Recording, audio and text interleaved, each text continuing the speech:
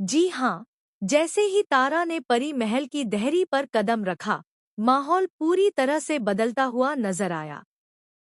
हवेली के बड़े-बड़े दरवाजे, लंबी-लंबी गलियां, दीवारों पर टंगी पुरानी तस्वीरें और हर कोने में छिपा एक राज। सब कुछ जैसे तारा को देख रहा हो।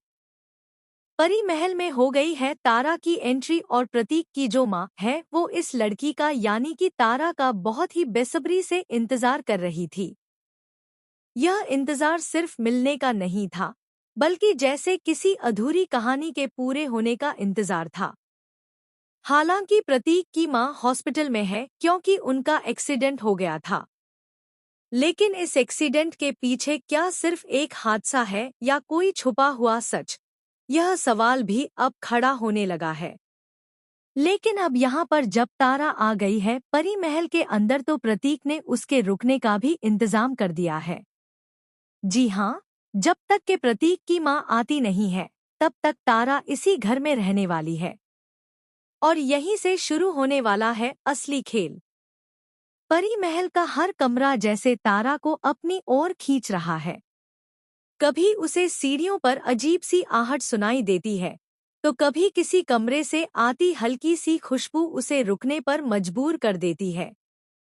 वहीं आप देखेंगे कि परी महल खुद तारा का ही घर है और यह बात तारा को पता नहीं है। यह वही घर है जहां उसकी जिंदगी की शुरुआत हुई थी, लेकिन हालात ऐसे बने कि उसे सच्चाई से दूर रखा गया। आप देखेंगे यहाँ पर तारा को कहीं न कहीं नयन तारा के होने का एहसास भी होने वाला है। जैसे कोई अदृश्य शक्ति उसे रास्ता दिखा रही हो। कभी शीशे में अपना अक्स देखकर तारा चौंक जाती है, तो कभी उसे लगता है जैसे कोई उसे उसके नाम से पुकार रहा हो। यह एहसास उसे डराता भी है और सच्चाई के करीब भी ले जाता है।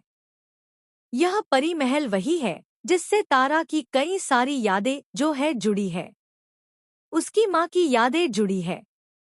बचपन की हंसी, माँ की गोद, आंगन में खेलती छोटी सी तारा। सब कुछ जैसे इन दीवारों में कैद है। लेकिन तारा को अभी तक यह सब याद नहीं है।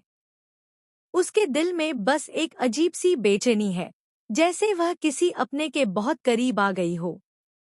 इसी बीच आप यह देखेंगे कि यहाँ पे शुरू होने वाली है तारा की असली परीक्षा। यह परीक्षा सिर्फ रिश्तों की नहीं, बल्कि सच और झूठ की भी होगी। क्या तारा सच जान पाएगी? क्या प्रतीक उसकी मदद करेगा या खुद किसी उलझन में फंस जाएगा? और सबसे बड़